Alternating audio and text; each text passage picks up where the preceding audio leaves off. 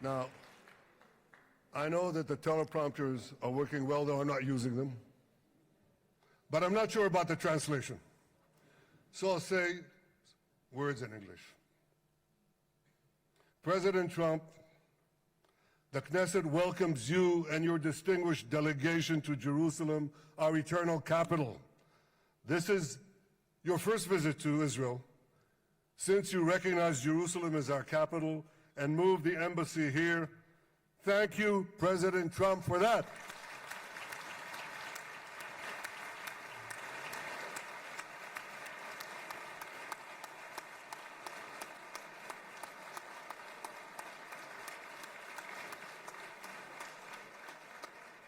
There are many other reasons to thank you since your last visit here. Thank you for recognizing Israeli sovereignty over the Golan Heights.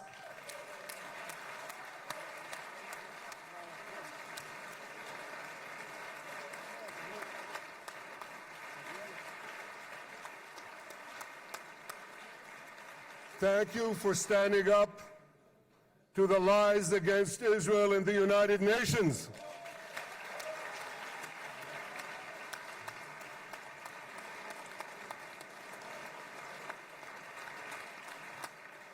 Thank you for recognizing in your 2020 peace plan our rights in Judea and Samaria, the ancestral homeland of the Jewish people.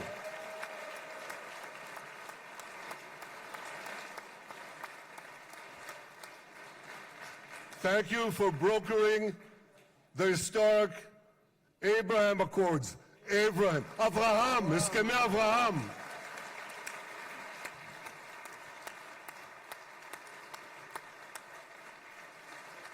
Thank you for withdrawing from the disastrous Iran nuclear deal.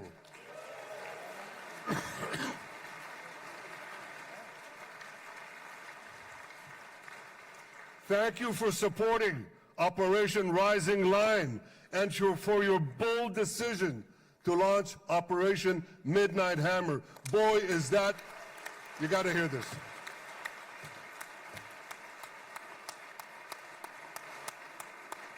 This is the most fitting name ever named for a military operation, because a little after midnight, you really hammered them.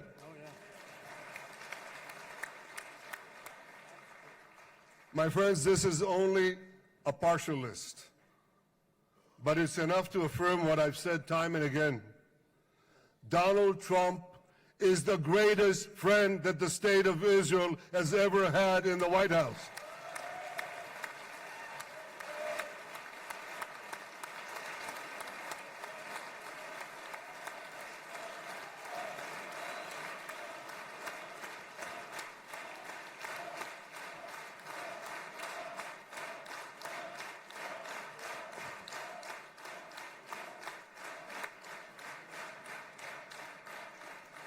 No American president has ever done more for Israel.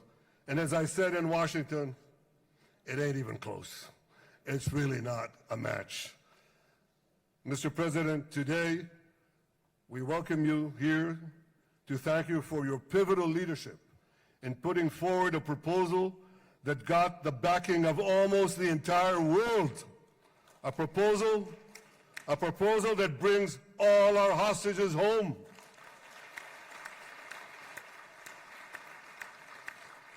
A proposal that ends the war by achieving all our objectives. A proposal that opens the door to an historic expansion of peace in our region and beyond our region. Mr. President, you are committed to this peace. I am committed to this peace. And together, Mr. President, we will achieve this peace. We've done it before. We've done it before in the Abraham Accords, and we'll do it again. Mr. President, today the Jewish calendar marks the end of 2 years of war. That war began on October 7th, on the Jewish festival of Simchat Torah. You always tell me, and you tell the world, remember October 7th. Mr. President, we remember. We remember the thousands of Hamas terrorists who stormed into our towns and kibbutzim. We remember the 1,200 people Hamas savagely slaughtered in cold blood, including dozens and dozens of Americans. We remember entire families burnt alive as they embraced each other. We remember the beautiful young Israelis brutally gunned down at the Nova Music Festival. We remember the hundreds of our citizens who were dragged into the dungeons of Gaza, including 12 Americans, men and women, young and old, babies and elderly Holocaust survivors. My friends, Mr. President, Donald, these monsters take babies as hostages. In response to this barbaric attack on October 7th, Israel did what it had to do. With indomitable courage, we set out to defend our people, to defeat our enemies, and to release our hostages. Our heroic soldiers fought like lions. They fought on the front lines of civilization and barbarism. Israel achieved amazing victories over Hamas and the entire Iran terror axis. Sinwar, Def, Hania, Nasrallah, Assad, they're all gone.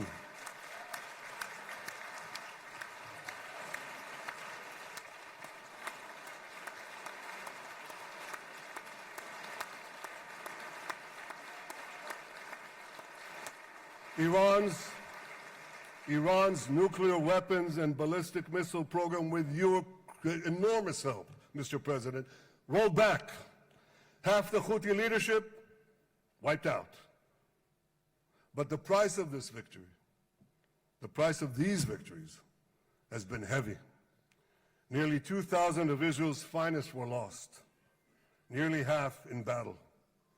They left behind parents, spouses, siblings, and children. Their love and laughter, their promise and potential were lost forever. To the families of our fallen fighters, many of them are here, I say, I know the depth of your pain.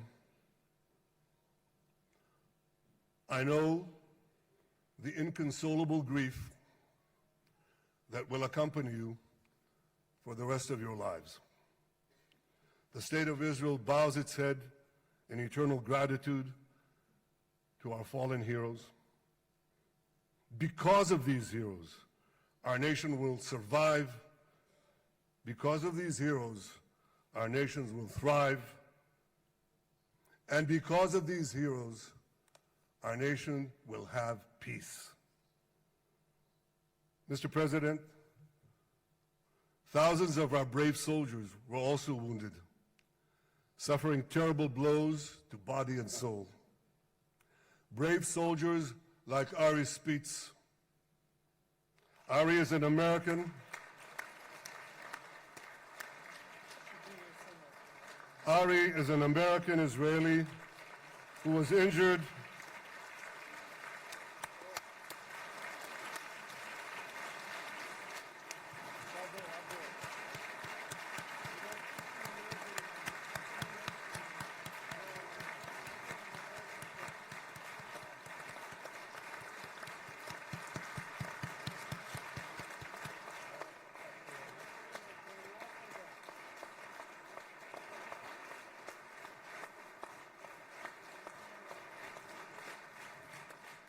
Ari is an American Israeli who was injured in Gaza while searching for Hamas terrorists and weapons.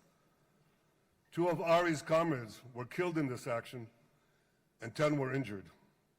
Ari was presumed dead, but made a miraculous recovery despite losing 3 limbs. Ari, stand up for a minute alone. Stand up. There you go. There. Ari, you are the spirit of Joshua. You are the spirit of David. You're the spirit of the Maccabees. You are the spirit of Israel. I salute you. We all salute you.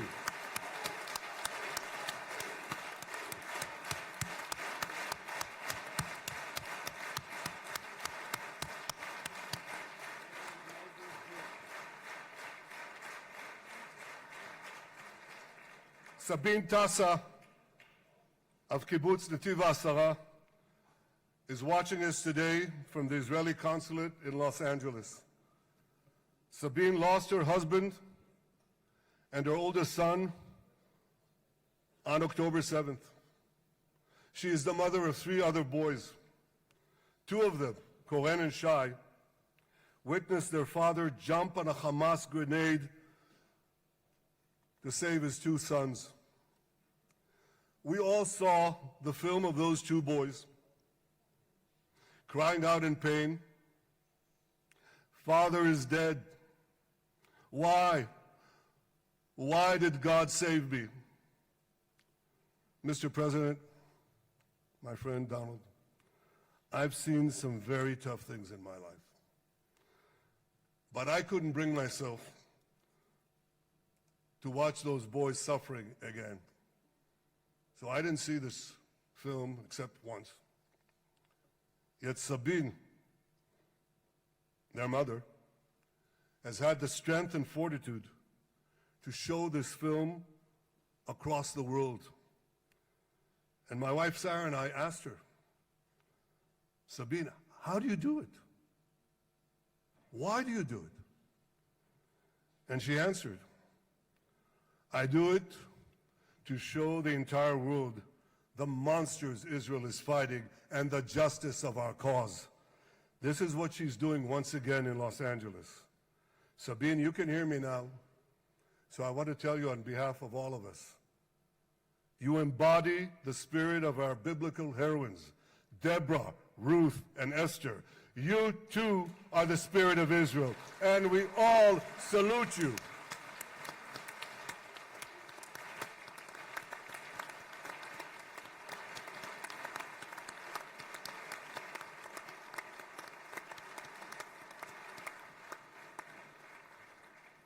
Mr. President, you asked me on our many conversations during the 12-day war with Iran, you asked me, how are the people holding up? And I said to you, our people are strong. Israelis are a nation of lions with unlimited resolve to defend our country and secure our future. The people give strength to our soldiers, and the people give strength to me and to my colleagues. The Jewish people have risen from the ashes time and again, but when we formed the State of Israel and the Army of Israel, we pledged never again would be defenseless against our enemies. And that resolute strength not only assures our survival, it assures our future, it assures peace. We have paid a high price for this war, but our enemies now understand just how powerful and just how determined Israel is. They understand that attacking Israel on October 7th was a catastrophic mistake. They understand that Israel is strong and that Israel is here to stay. And this, Mr. President, is the indispensable foundation of peace. Peace through strength.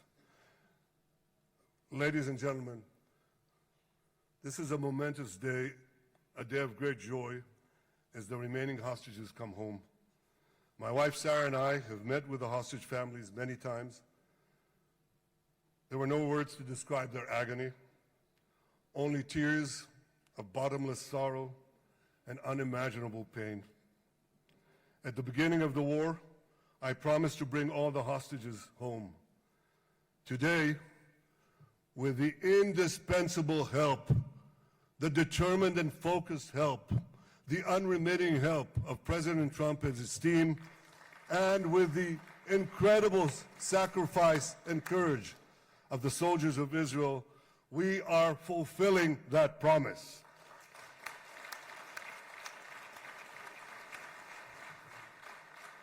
It has been a long journey to get here. In the first week of the war, our brave soldiers put military pressure on Hamas, and the international community put diplomatic pressure on them. This enabled us to secure the release of over 100 hostages. In heroic rescue attempts behind enemy lines, Israel's special forces rescued 8 live hostages and brought back the remains of dozens more. But as time went on, we all know what happened. The diplomatic pressure was turned on its head. More and more governments bought into Hamas's false propaganda. More and more governments succumbed to anti-Semitic mobs in their own countries. They just turned on Israel. They called for us to surrender to Hamas demands, just leave Gaza immediately, they said, end the war without committing to disarm Hamas, without committing to demilitarize Gaza. Had Israel succumbed to those demands, not only would Sinwar, Nasrallah, Assad, and Iran's missile and nuclear program remain intact. Not only that, because in no time, the Hamas killers would be back on the border fence, ready to repeat the horrors of October 7th again and again, as they vowed to do.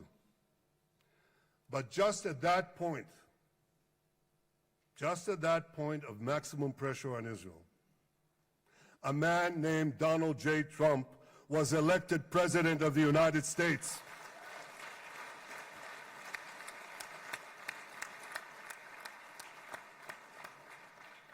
And ladies and gentlemen, overnight, everything changed. Everything.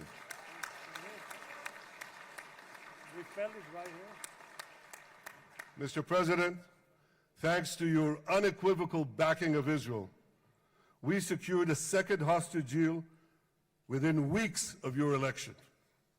And in the months that followed, we worked closely together to forge a path to bring the remaining hostages home and end the war. End the war in a way that ensures the disarming of Hamas, the demilitarization of Gaza, and that Gaza would never again pose a threat to Israel. 2 months ago, you fully backed my decision to send the IDF into the last Hamas stronghold in Gaza City. You shared my view that this military pressure would help free the hostages.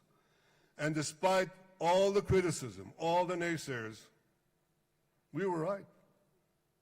Hamas caved in.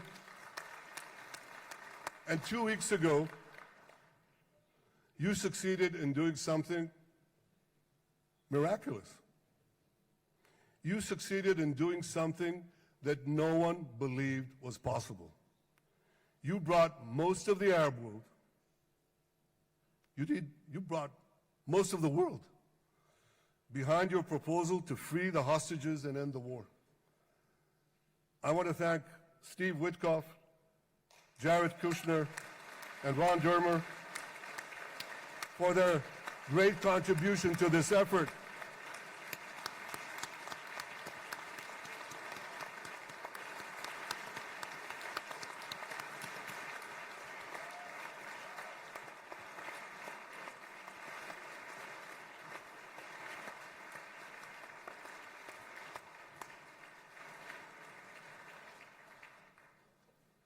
And I want to thank our negotiating team.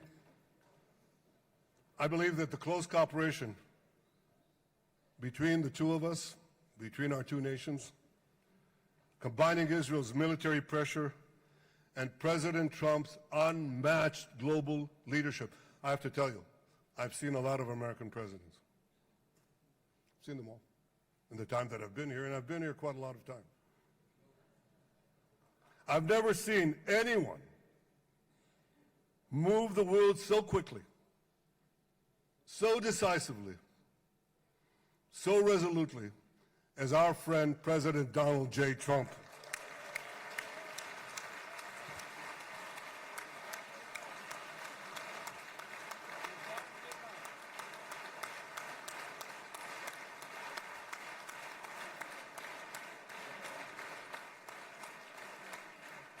With our military pressure and President Trump's global leadership, we achieved this historic moment.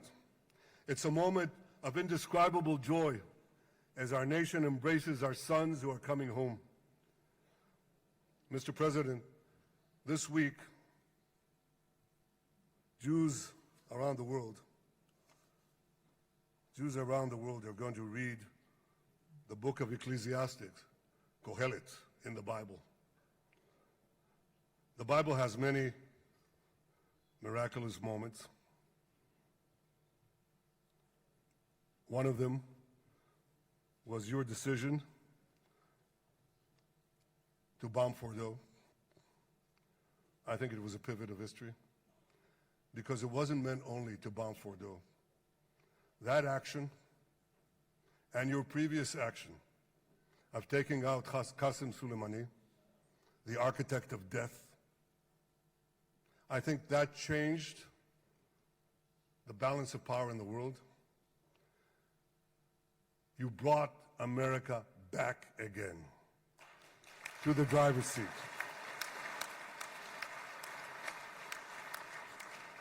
Now, I said that we're going to read this week the book of Ecclesiastes. It's not a book of action. It's a book of meditations, of thought, a perspective on life and on death. And in this book, we read the immortal words of King Solomon. To everything there is a season, and a time for every matter under heaven. Et milchama ve'et shalom. A time for peace and a time for war. The last 2 years have been a time of war. The coming years will hopefully be a time for peace.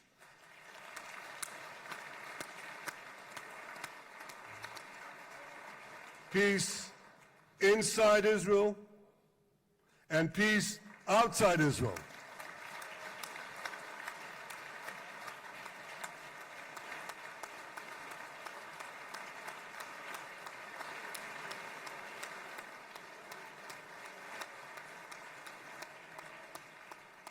I look forward to continuing marching with you on the path we paved together with the Abraham Accords. Under your leadership, we can forge new peace treaties with Arab countries in the region and Muslim countries beyond the region. Abraham's children will work together to build a better future, a future that will unite civilization against barbarism, light against darkness, and hope against despair. And my friends, I believe that with President Trump's leadership, this will happen a lot faster than people think.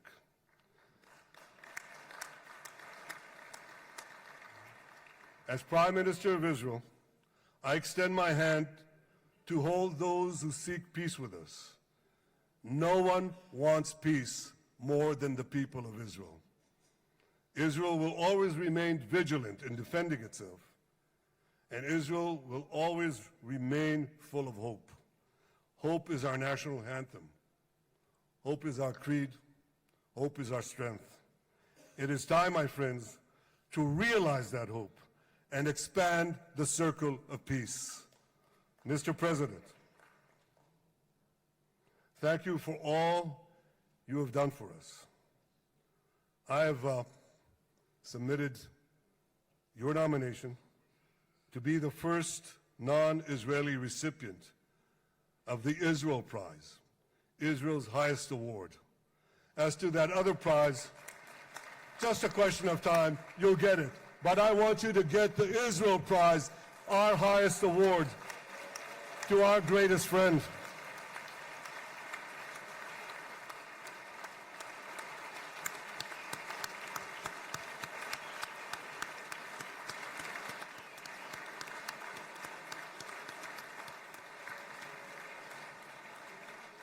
When others were weak, you were strong. When others were fearful, you were bold. When others abandoned us, you stood by our side. On behalf of the government and people of Israel, I thank you for your extraordinary friendship. Thank you for helping bring our hostages home. Thank you for supporting Israel's march to victory. Thank you for paving a path to peace. מכובדי נשיא ארצות הברית, ידידי דונלד, Honorary ברוך הבא President, לישראל, welcome to Israel. ברוך הבא לירושלים, Welcome to Jerusalem. ברוך הבא ביום המרגש הזה, Welcome to שהחיינו this וקיימנו exciting day והגיענו that לזמן brought הזה. us to this day.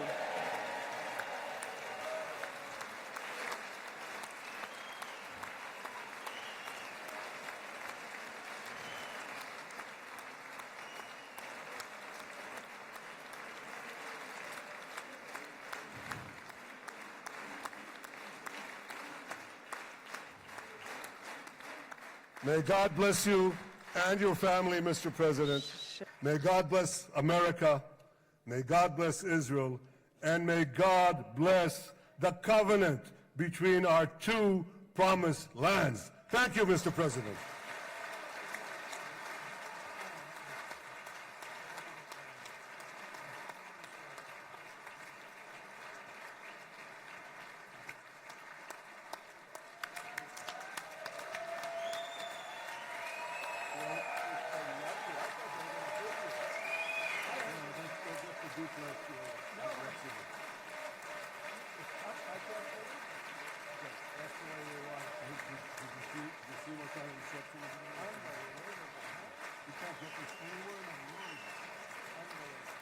But you'll get it in the morning.